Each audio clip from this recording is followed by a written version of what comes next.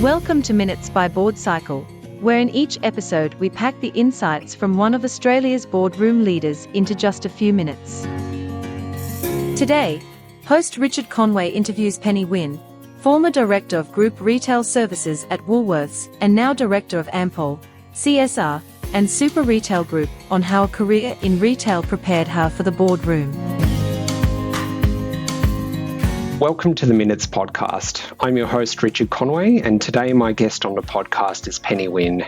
Penny is a director of Ampol, CSR, and Super Retail Group, and is also on the board of the ANU Foundation. Before her non-executive career, Penny had an extensive career in retail for organisations including Asda, Myer, and Woolworths. And in her last executive role, Penny was Director of Group Retail Services at Woolworths, where she was responsible for Woolworths logistics and IT divisions. Today I'm talking to Penny about the transition from running a business as a senior executive to guiding it as a non-executive director. Penny, welcome to the podcast. Thanks, Richard. So Penny, to start off, could you give us an overview of your executive career and how you transitioned from that career into the non-executive portfolio that you have today? Thanks, Richard. I guess for me, retail is a wonderful industry to learn, have lots of careers within the one career, if you will. The great thing of working for a company like Woolies or Myer or Asda Walmart is that you can specialise in marketing, or you can specialise in supply chain, or you can specialise in operations, or you can actually get what we call scout badges in all of those various parts of the business. So in my career, I started out in store operations. I went across into the year 2000, ran the year 2000 program. And, that was when the whole world was going to stop, when 99 clicked into 2000.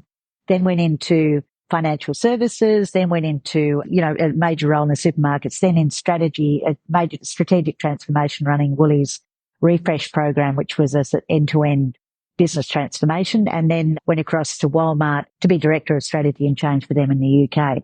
Then I came back to Australia and was with Myer for about 4 years, up until just after the float, running their buying office and also the supply chain again there. So I think the key part of my exec career was that I didn't actually ever categorize myself as I'm a buyer or I'm a stores person. I think what I did was I looked at opportunities and backed myself and took the opportunities as they came to me. And as a consequence of that, I got a very good understanding as to how the whole organization worked, which is, I think, really important as you want to transition onto boards. You've got to actually understand not just your silo, but how it all fits together.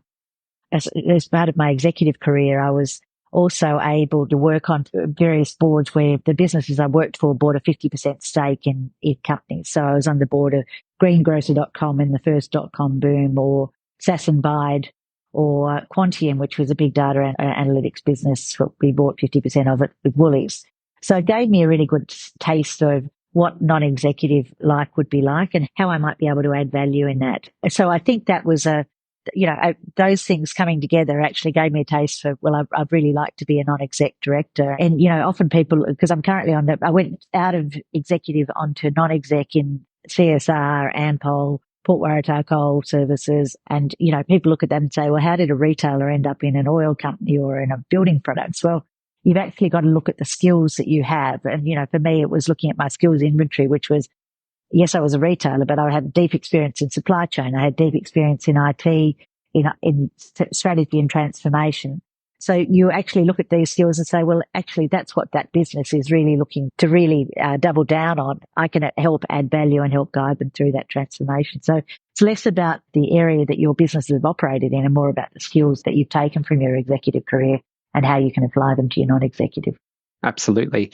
And so I wanted to ask you, Penny, about P&L responsibility specifically, and how important you think having had that responsibility at some stage in your executive career is to being a non-executive director and to contributing fully to a board. I think it's really critical. I think, as I said, it's kind of like if you running a P&L, you actually are all about how you generate the sales, how you make money out of the cost of goods or the cost of services that you're providing, how you then control your cost. Because your P&L also looks at your interest in your tax. It's also how you manage your balance sheet. And these are the basic things that make, that if you're going to run a business as a director, you're actually interested in all of that. You're interested not just in how you get your cost of goods lower by how you buy better because you've got good buyers, or how you get your revenue up because you've got your operators driving your sales, or how you get your IT costs down because your IT people are doing things smarter and better and are able to deliver a lower cost of doing business, or how you get better cost of finance because your finance people are able to. You actually have to understand all of that to be able to run a P&L. So it's an absolute necessity if you're going to be a non-executive director or serve on a board, that you really understand how a P&L works, because it's not actually just understanding the financial, how, your debits and credits flow. It's actually understanding all of the key drivers behind that. And without understanding that, you're not going to be an effective director, in my opinion. Yeah, absolutely. And Penny, you talked a bit about one of the benefits of the retail industry in particular was the ability that you had to, I think you said, get your scout badges across different areas.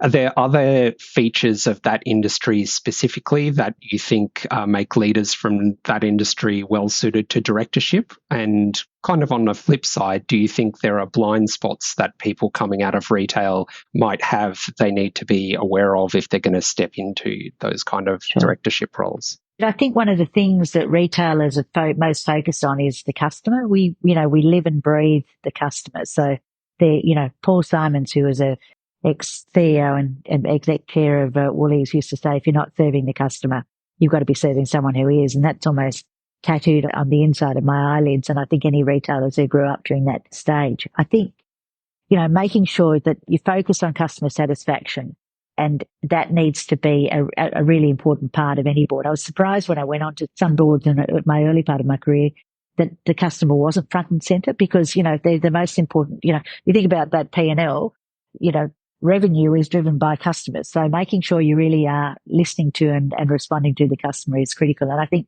retailers do that pretty well because that's part of their DNA. I think also retailers are focused on detail. So retailers are detailers. I think you'll find us very much focused on making sure that the various, the retailers will be able to work at a strategic level, but will also be able to dive into the detail as appropriate and understand that to be able to help management just nut through specific problems. Retailers are also focused on delivery. So, a week in retail is a very long time. It is making sure that you've got the resources and that have thought through the things that can go wrong in delivery of a particular project. I think retailers do that very well. One of the things I think retailers probably do less well is, I think, the focus on the balance sheet and focus on that back end. I think often because retailers carry a lot of working capital, but they also carry a lot of creditors. So the balance sheet kind of looks after itself, which is actually a bit of a trap because, you're actually not learning and you're not thinking about, I don't think they use the shareholders' funds as well as they probably should. And I think that that's an area of not blindness, but it's not an area, because you're so focused on delivering for the customer at the front end. You're not actually working about how you get the balance sheet working really well and the cash flow statement, which, if you're in a private equity organization or a bank or, like funds are such an important part of doing business, but it is more of a blind spot to retailers. And I think that's an area of focus. I think also government regulatory engagement. I think you absolutely engage with all of the people, but you're not doing all of I don't think retailers are good at being political and influencing politicians. That's not part of their DNA. They're trying to have the dialogue with the consumer. They're not interested in backroom deals with politicians. So I don't know that that's a bad thing. I think that's probably a good thing, but it does put retailers potentially at disadvantages when it comes to that. So I think there are pluses and minuses. I think all directors come from different places. The great thing about being in a boardroom is that directors bring their own history, and you're bringing a retail history with a financial history, and you're actually getting a really good flow of ideas from various industry, and you learn a lot. One of the great things about being on a board is you learn a lot about a lot of different industries as a consequence of that. And Penny, if you were talking to someone who was in an operational leadership role in retail, like yourself in the past, and they were interested in pursuing a career as a non-executive director, what would be your key pieces of advice for them? Firstly, take every opportunity you can to learn as much as you can. Your career is all about, earning, learning and having fun, but it's the learning piece and continuing to expand your knowledge is so critical. So, when a CEO or someone comes to you and says, I think you'd be good at this opportunity, take this role, you need to have it. You need to back yourself. So take the opportunity, back yourself, and take the role. I think one of the other things I'd encourage people to do is to take on projects. The great thing about a transformation program is that it's whole of organisation encompassing. So you're able to kind of almost sit above the organisation and play across other silos rather than just where you've grown up.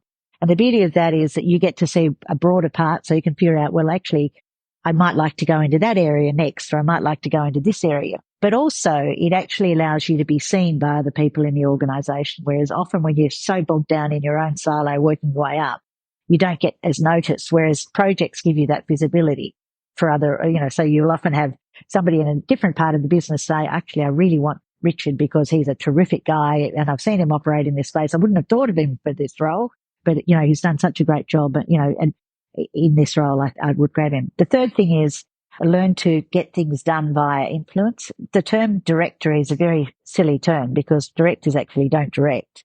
They pretty much work a lot via influence. So asking questions, influencing, asking via, trying to get things done via influence. And, have you thought of this? What about this, etc. So learning how to do things via influencing, via asking questions rather than, the great thing about a P&L is you can whack the table and say, just done, we'll get on with it. Because it's my, it's a line of command. And I think you can't do that in some of these roles, like a program role, etc.